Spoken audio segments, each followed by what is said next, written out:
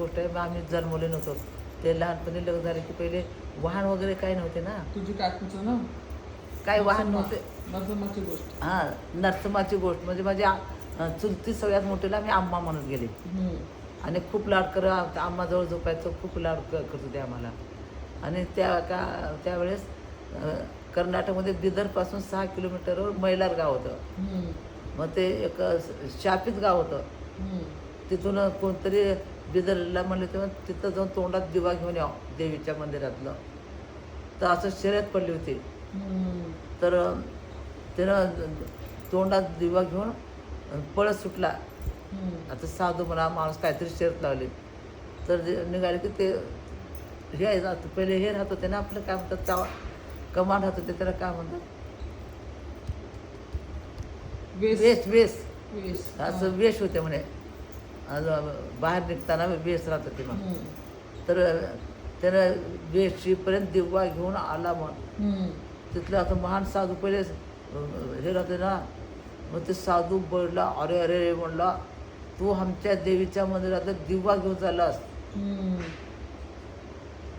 मग बिदरच्या दिवा ना आता ग 6 किलोमीटरवरच.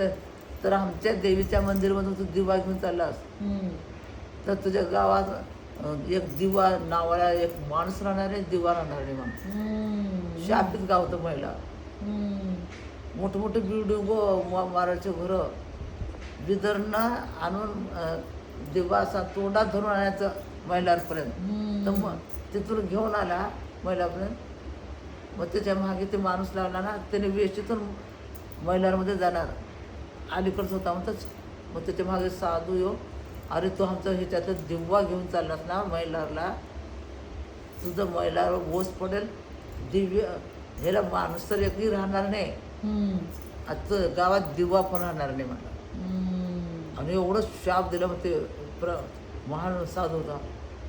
जे सुटले म्हणजे जे पटापट एक माणूस राहिले सगळे मरून गेले. तर मोठे बिल्डिंग हे ते. तर आता रस्ता पहिले रेल्वे हे काय नव्हते ना.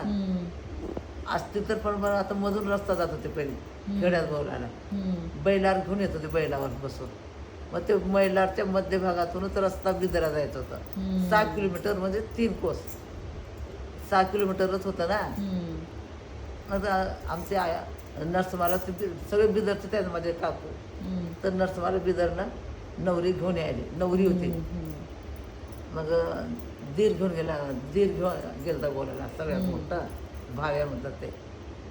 मग नरसुबाईमधून रस्त्यावर तू बैलावर बस नवरी हेस ना. आणि मधून जातो गाव सगळं ओस पडलेलं मोठे बिल्डिंग. आणि मधून रस्ता होता पहिल्यापासून असत ना रस्ता.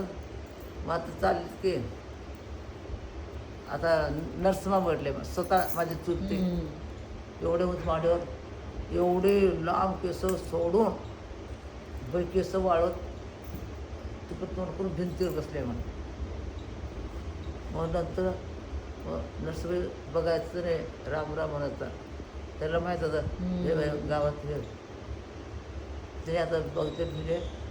मग ते बाई काय केली समोरच हिने बघायला मधून एवढा रस्ता मोठा रस्ता असो 20 फुटाचा रोड असो त्या माडीवर तिकडं उडी मारली माहिती असं बघायला. आता हिने फक्त राम काय घ्यायचं नाही. रस्ता तिथूनच होता ना बाहेर निघायचं. बिदरनं बाहेर निघायचं. बिदरनं मैलारातून बाहेर निघायचं.